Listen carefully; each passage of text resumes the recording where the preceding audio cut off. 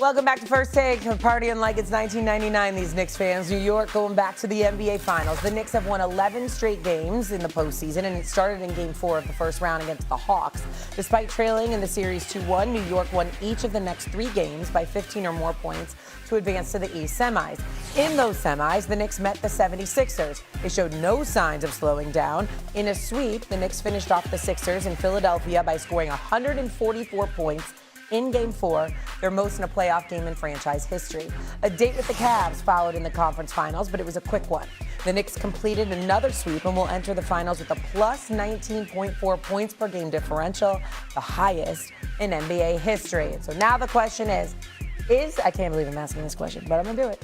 Is this Knicks finals run the best finals run ever? Stephen A. Smith, go ahead. Like in all of the NBA. What's up, y'all? What's good? Jay Wells here. Jay, what's up, man? How you doing, bro? Good to see you, man. I see you, Cam. I see you with the suit today, SA. Always looking fly. Good to see you, man. I was thrown by the question. Go ahead, Stephen A. I love my New York. Don't do it. You all know that. Don't do it. Don't do it. I can't say yes to this. I'm going to say the answer to this is no.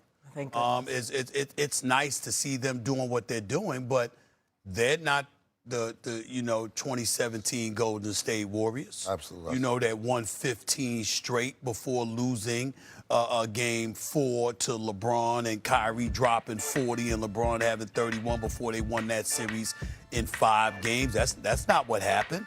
And so I look at that run and how historic that was with Kevin Durant arriving in Golden State for the first year. I'm thinking about 2001 Los Angeles Lakers where the Diesel was in his prime with Kobe and the crew.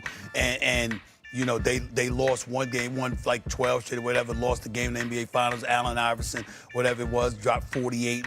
And then, you won the rest of your games. And of course, you look at Moses Malone in Philly and with Dr. J and Tony and Cheeks and those boys, he said 4-4-4, it ended up being 4-5-4, whatever. But, the New York Knicks have been impressive. They deserve a lot of credit, no doubt about that. But when you look at the level of competition, when you look at the greatness of those teams, when you see who they were going against and what they did and how dominant they were, I can't call this run by the New York Knicks the greatest. I can't do that.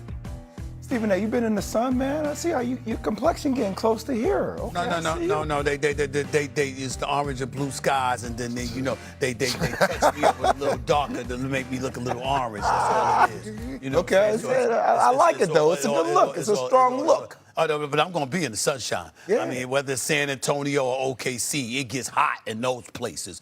And New York is steaming, obviously, right now. It'll be official once I arrive back in town. Okay. I'm happy to hear you agree on that because I was about to lose my mind if you had said it had been the best runs ever. First off, you need to complete the deal, which I'm glad you said that because the Lakers, Golden State, they completed the deal. I guess the thing, because I got asked this on the last show about, is this one of the best runs we've ever seen? I think it has, the point differential is separate to me than the actual run itself against the quality of competition. Right? Not all championships, Cam, are created equally here if they're able to pull that through.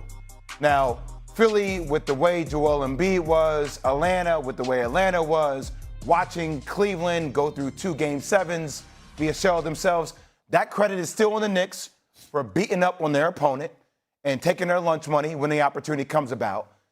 Even if they win against the Spurs or OKC, I still can't look at this Knicks team and say, it may be one of the greatest runs that we've seen because of the way it makes it feel because they're a team. They're not as star-driven, but you have to complete the deal for that to happen. I still don't know if I can say it's one of the best runs I've ever seen because of how dominant they've been against a conference that I don't feel like has measured up to the Western Conference as relates to just power conference in general. Yeah, I'm going to go with Golden State. When they acquired KD, but they acquired KD after winning 73 games. That's the best run you've been on. The reason why this is an interesting question, right, Jay, right, Stephen A., is because we expected Golden State to do that. We expected the Lakers that you brought up that I actually forgot about, Stephen A., to do that. We're not expecting the Knicks to go on an 11-game winning streak, and I didn't get a chance to get this take last segment, but we're sitting there, Stephen A. had mentioned how Well, look, it's not the Atlanta Hawks. We seen them beat up the Sixers. We seen what they did to the Cavaliers. It's not the New York Knicks' fault. They pulled the belt out and spanked them dudes. It's absolutely not their fault. They played the level of competition that was in front of them, and after game 3 against the Atlanta Hawks, it was BTA. The rest of the way. The rest of the way, it was BTA. So we're sitting there saying, and I'm agreeing with it, the competition is going to be different when you play against Shea or pardon me, the alien, when you get to the championship. But at the end of the day, I'm not saying it's the greatest player run, but it's very unexpected. And they broke a lot of records along the way, so I do want to give the Knicks some credit. But greatest ever, I got to go with the Golden State Warriors, but that was kind of a foregone conclusion after you win 73 games the prior season. It sounded like, Stephen A., it kind of sounded like you and Jay Will kind of co-signed this. If they actually win the finals, you might consider it the best run in NBA history. No, it doesn't sound like that. No. I did a little bit. I still wouldn't do it because ultimately, listen, in the world of competition, you have to take into account the competitor. And when you look at the Atlanta Hawks, the Philadelphia 76ers, and these Cleveland Cavaliers, less about Cleveland and more so about Philly and Atlanta, the road to prosperity was relatively easy to travel. And that's what you have to take into consideration and into account. Not much was expected from either of those teams this year. And that's how you got to look at it. With Golden State, L.A., the path that they had to go through to get to where they were. They just ramrodded folks. They were very, very dominant. But those were pretty damn good teams they ended up taking out. And that's what you have to look at. Are you saying the East is weak? The East is weak. I think the East is weaker than the West this year, no question. Okay. Conspicuously so. But in the past, that wasn't the case. Okay. Cam, I will say this, though. Like 118 Knick point differentiation in elimination games on the road against the Hawks, 76ers, and Cavs. Yes, the East is down.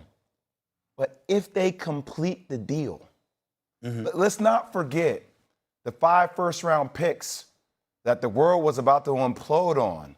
That's right. When they went from Mikal Bridges. It was me. I know, not just you. Me. I was part of it too now. I was with you too. Yeah. Let's not forget about where we just were with Karl Anthony Towns when he had a lot of silly fouls, and now he's playing a lot better. Let's not forget where we were with Jalen Brunson last year in Thibodeau. Let's not forget where we were a month ago, S.A. and Cam. A month ago, on a lot of our friends' text groups, chats, Stephen and I remember some people were ready to blow it up. Ready to blow it up. So, sometimes when we say best run doesn't mean by dominance now. It could, if they close the deal, it could be one of those things where you're like, damn, I've never seen, they beat them like that? Cam, you said beat it A, right? BTA. That's what they've been doing.